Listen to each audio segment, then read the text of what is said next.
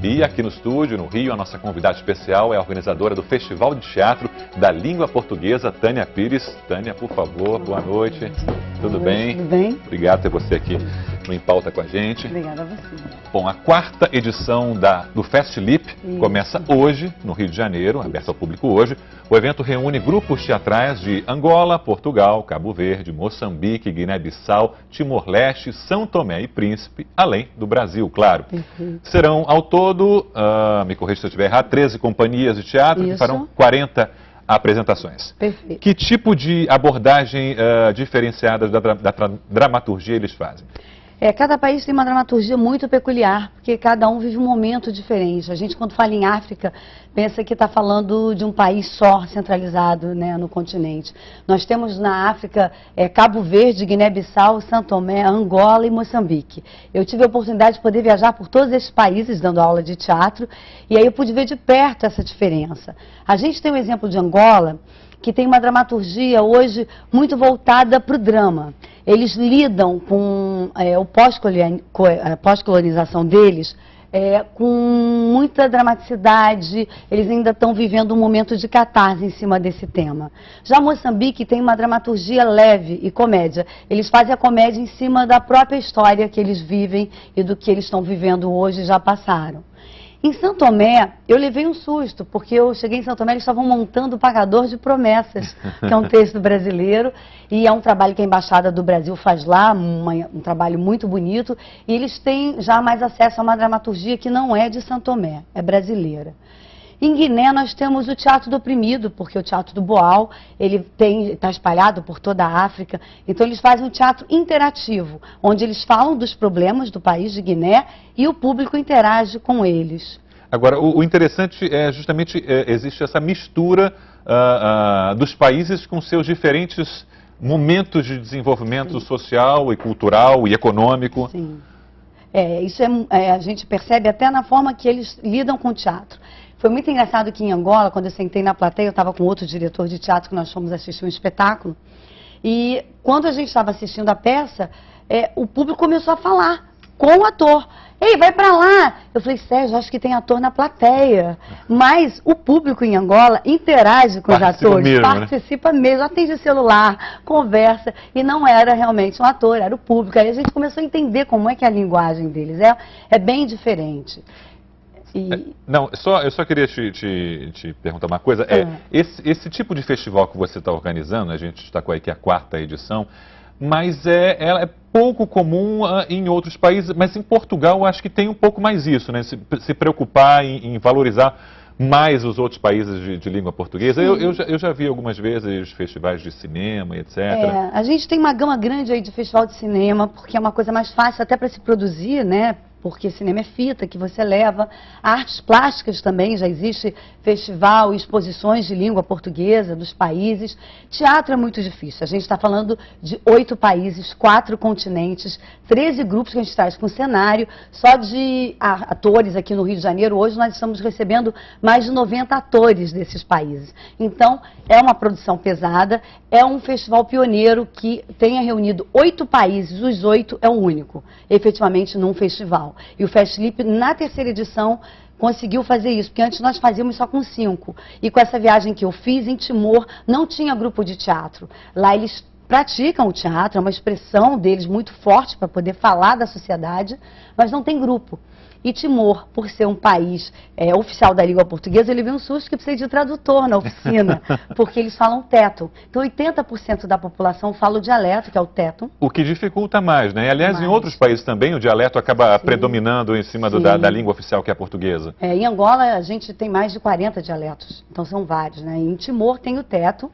E eu precisei de um tradutor e hoje nós já temos 3 grupos de teatro em Timor que estudam a língua portuguesa para poder vir ao FestLip. Então é um movimento que já está mexendo, nós já temos coproduções entre grupos. O FestLip ele não se restringe à mostra teatral. A gente tem uma vivência, um intercâmbio, eles ficam aqui 13 dias durante a semana, eles têm oficina de teatro, mesa de debates. Então é um tempo que a gente tem para a gente se reconhecer, que a gente fala, né? Os atores da língua. Agora, essas apresentações apresentações são só no Brasil ou depois vocês viajam para esses outros países também? Não, hoje é só no Brasil, mas o festival, o Festlip, ele tem um escopo que tem tudo para itinerar.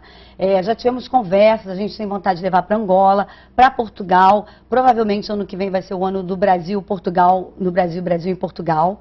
E se isso acontecer, vai ser um grande espaço que a gente vai encontrar dessa forma pioneira de levar o festival para Portugal. Thaís, a sua pergunta para a nossa convidada aqui no estúdio, para a Tânia Pires.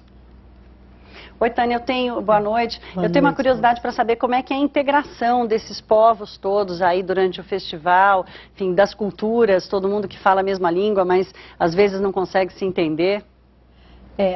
O primeiro festival a gente estava com um receio muito grande desse encontro, né? 80 pessoas de países da mesma língua, mas com culturas completamente diferentes.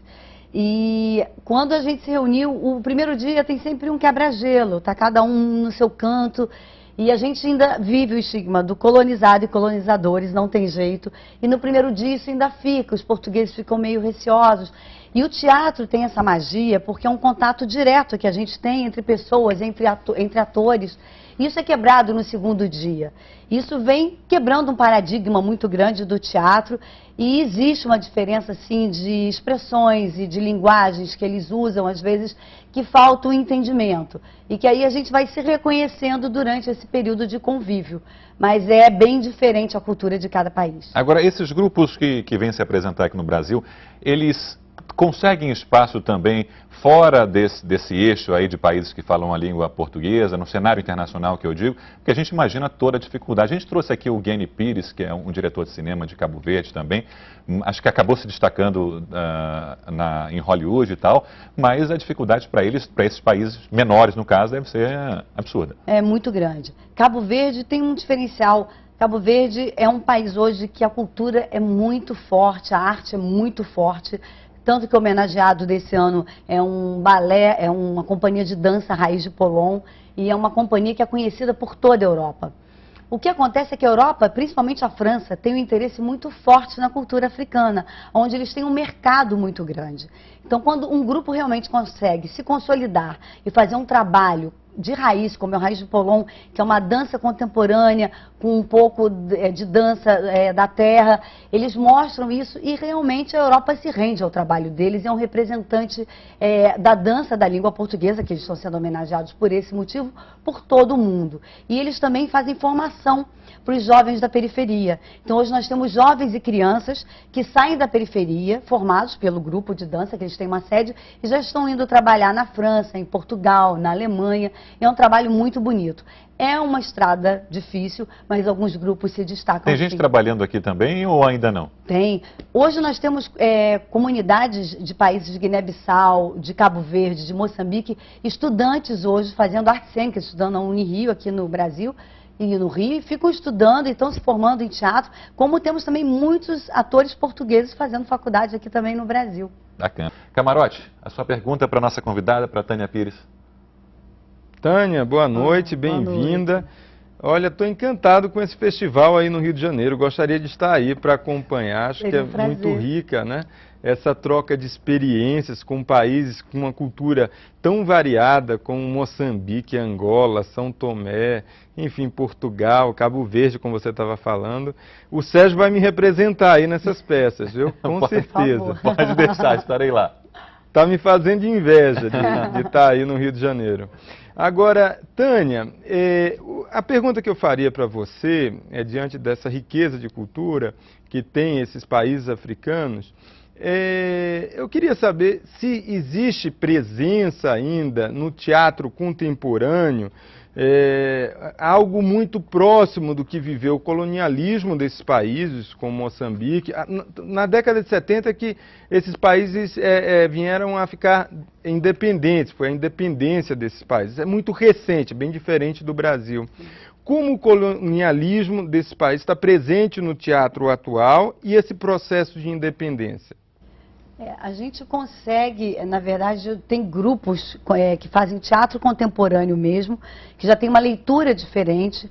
Ano passado eu trouxe um grupo chamado Dadaísmo de Angola, que é um teatro que eles não trabalham com a quarta parede, já que eu falei que em Angola eles têm essa cultura de quebrar a quarta parede, do público interagir, e que já é um teatro contemporâneo.